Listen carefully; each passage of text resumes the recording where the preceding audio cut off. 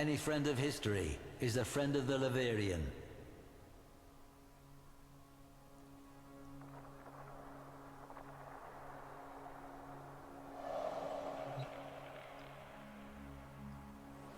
Ash, Avatar of Murder, patron saint of the Orokin school of political assassination, known as the Scoria. Each assassin bore a mark, a swirling, smoky black jewel between their eyes. You are forever the Scoria. The Scoria is forever you. No devotee knew of any life, any thought that was not Scoria doctrine. For every question, so the Orokin of the Scoria said, Ash was the answer. Two notable students of the Scoria's anthracite halls were also two brothers, Dom and Pilio. Dom was nimble, cunning, and a quick study with the blade. His brother, Pilio, however, was not so gifted. While he idolized Ash, worshipped him, Pilio lacked Dom's grace and clarity, and Ash's ruthlessness.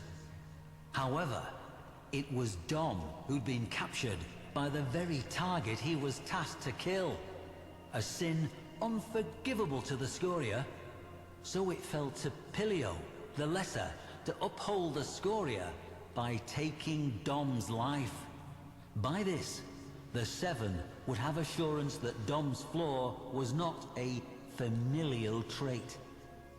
You see, as you might expect of an Orokin school of murder, the Scoria were ruthless when it came to academic excellence. With Dom dead at Pilio's feet, two essential killings would have taken place. That of a failure, and that of any shred of pity within Pilio. Ash would oversee Pilio's mission.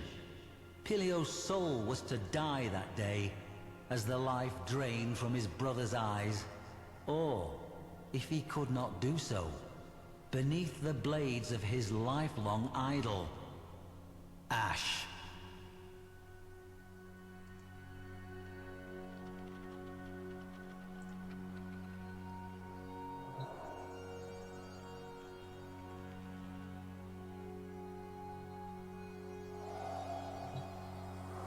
A sliver of pale sun found them close to a stately tower in the dusty heart of Martialis metropolis. Coils of red Martian dust trailed tongues from the dark metal of Ash's Edo epaulets. The boy idolized the Warframe and was eager to prove himself, even as some part of him felt cold and afraid at what he must do. Doubt is betrayal, taught the Scoria. Pilio recited this, but could not quench the fear he felt. Fear of what he must do, and fear of what his hero and idol would do to him should his faith fail. Ash gave the signal. Pilio shot forward in a bold, unconventional dying vine pattern, readying the Scoria-favored dust fang technique. The tower guards squinted into the amber light of the Martian sunrise as a flash cloud of smoke flooded the lane before them. Shaking sleep from their heads and still thinking of breakfast, the guards readied themselves. From the smoke flew stars.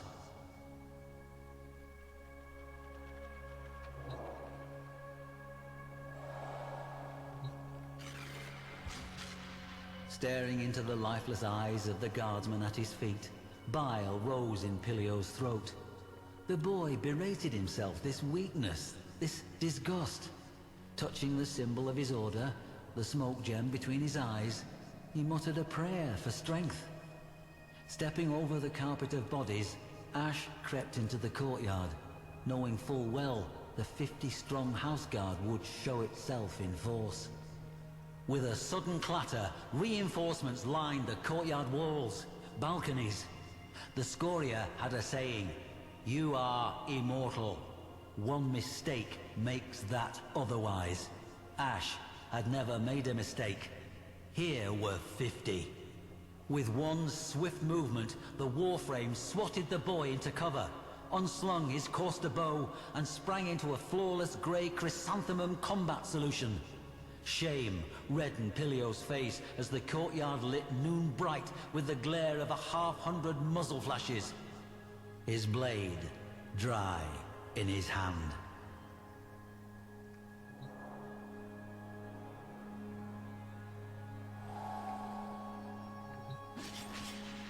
Ash methodically met and disassembled each and every guard, mezzanine to mezzanine, a masterclass in the correct choices of stance, kata, technique and attitude.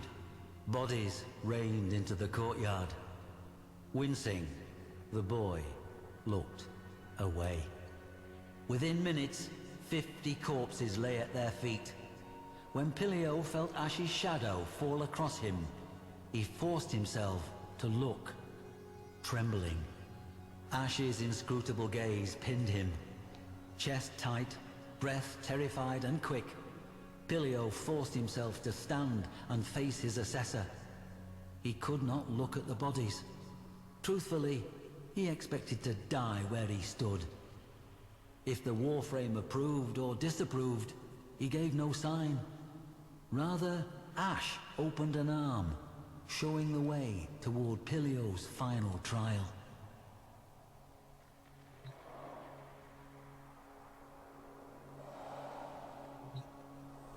In the target's chambers sat a middle-aged man with long, handsome moustaches, his eyes sad and kind, and with him, Dom, in civilian clothes, sharing a glass of aged claret. Pain cracked through Pilio's brain, the smoke gem between his eyes flashing hot. Sudden images of sunlight, vineyards, a woman's face. The gem burned as it pushed these images away. A young man with grand moustaches smiling and saying, "Of all the sons I could have had, I'm glad it was you two." Pain. Dom leapt to his feet, urging his brother to hear what the target had to say.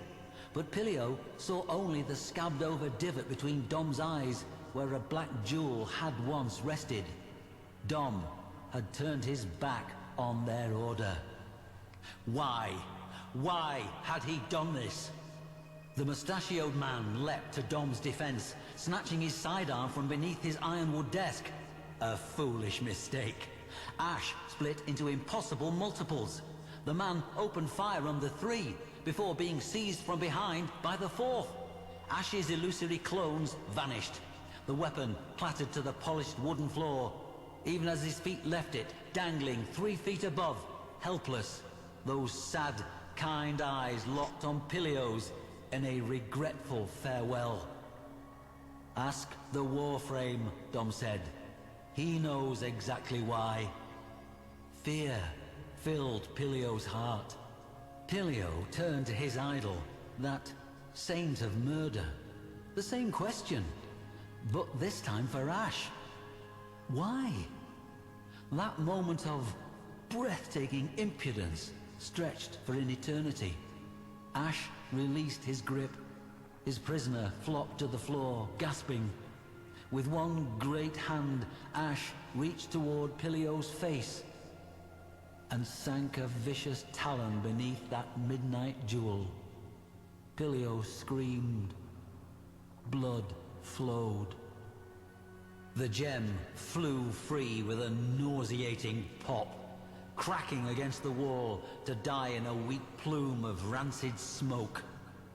Blinding white insight descended upon Pilio de Nas.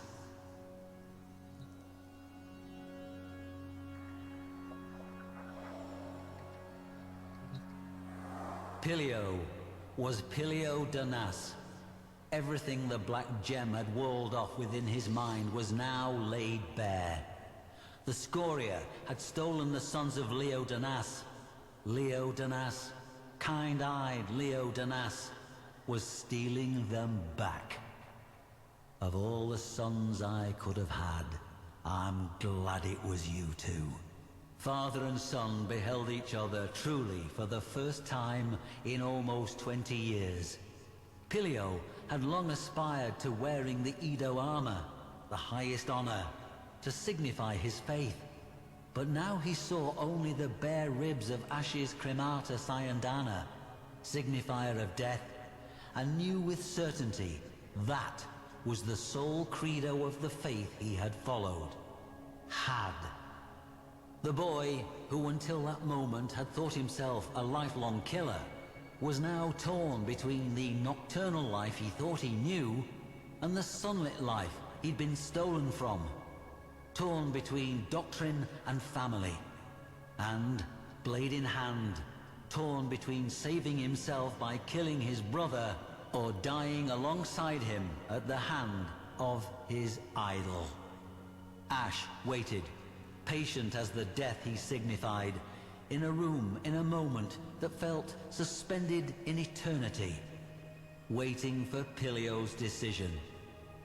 The blade fell from Pilio's hand. Dom reached out and gently took that hand. Ash did not move.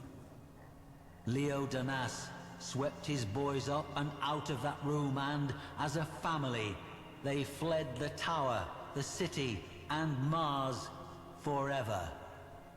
Ash did not move.